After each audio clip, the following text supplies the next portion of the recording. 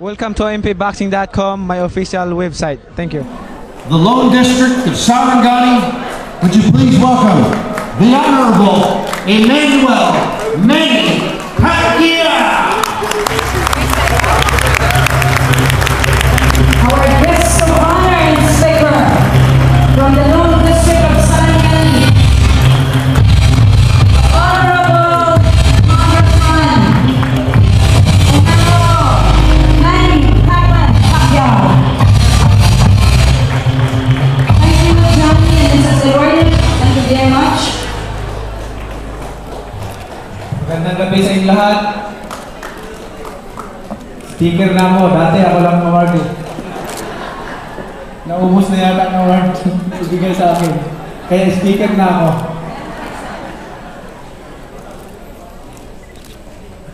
Who would have thought that a poor boy from Mindanao who could hardly eat a decent meal and have not finished school can rise above the difficult circumstances and be a recipient of this unique award. Maybe Indonesia may have seen how handsome I was when I was very small.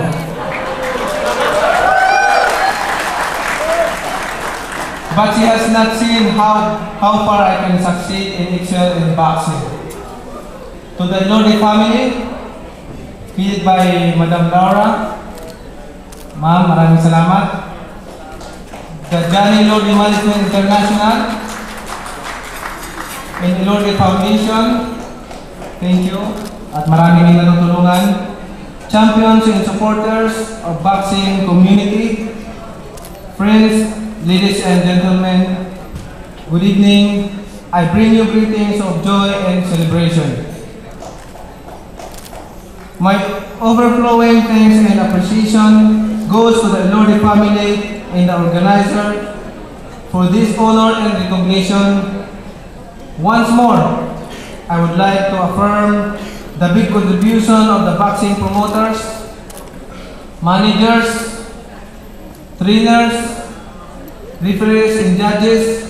I would like to recognize the help given by the sports writers, sports fans, generous sponsors, and all those who support and promote Philippine boxing. Thank you, maraming salamat po.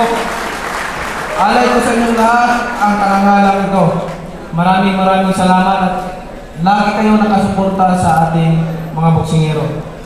Tonight is a reminder for all of us that the choices we make and everything we do, we will influence the outcome and quality of our life. In this ever-changing world, we need to be grounded on principles so we can make wise choices. With values based on principles, we can make wise choices. In the words of John Wooden, the choice you make makes you. Look at us. We made a choice to believe in victories in the midst of battles. We are living testimonies of how hope can rise in the midst of pain. In my journey, I realized that there is so much more to life than poverty and misery. As an athlete, I decided to move out of my comfort zone. As a Filipino, I decided to dream big and conquer the world. As I developed my skills and stretched my abilities, I expanded my territory. In the process, my circle of influence was enlarged.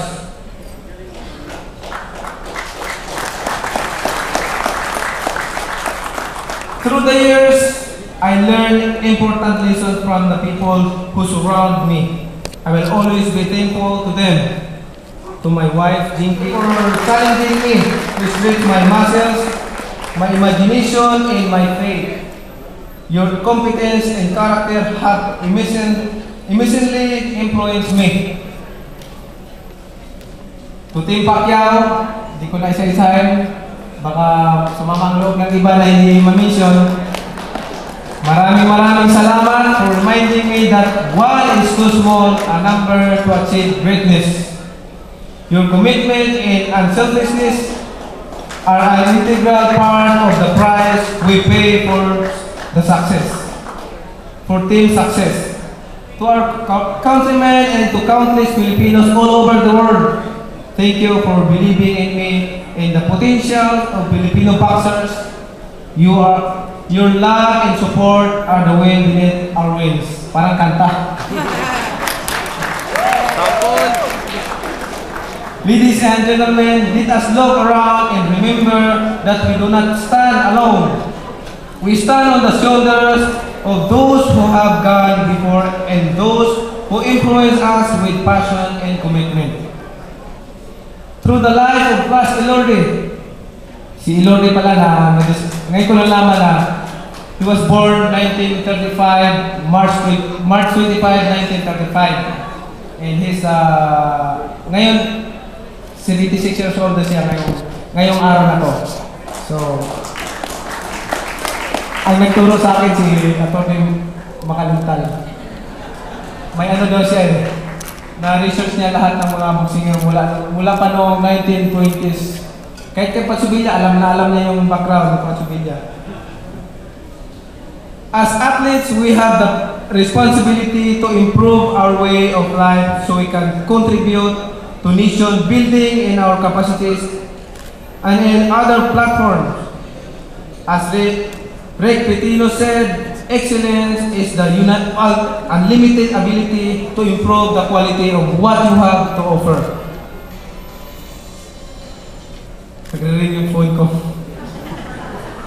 In closing, let me declare that this award in our celebration tonight are reminders that with God, all things are possible. We have been given so much that we overflow with thanksgiving. But in the midst of all our achievements, let us believe there is more. There is more to dream, more to accomplish. There is more to explore, more to discover. There is more for every boxer, more for every Filipino. There is more for us who believe in the magnet of dreams and the power of God. God is able to do exceedingly abundantly far above we can ever ask or imagine. Together, let us choose to bring back all the glory and honor to Him. Magandang gabi. Maraming salamat po sa inyo lahat. At sana, huwag po kayong magsawang suportahan at magumay kaming lahat. Mga Pilipino, hindi lamang ako, kundi ang ating mga atletang Pinoy. Hindi lamang sa larangan ng boxing, kundi sa lahat ng atletang Pinoy. Ipagdasal po natin at sana makapagdala pa sila ng maraming karangalan sa ating bansa at sana maging proud tayo as a Pilipino. Maraming salamat. Thank you very much.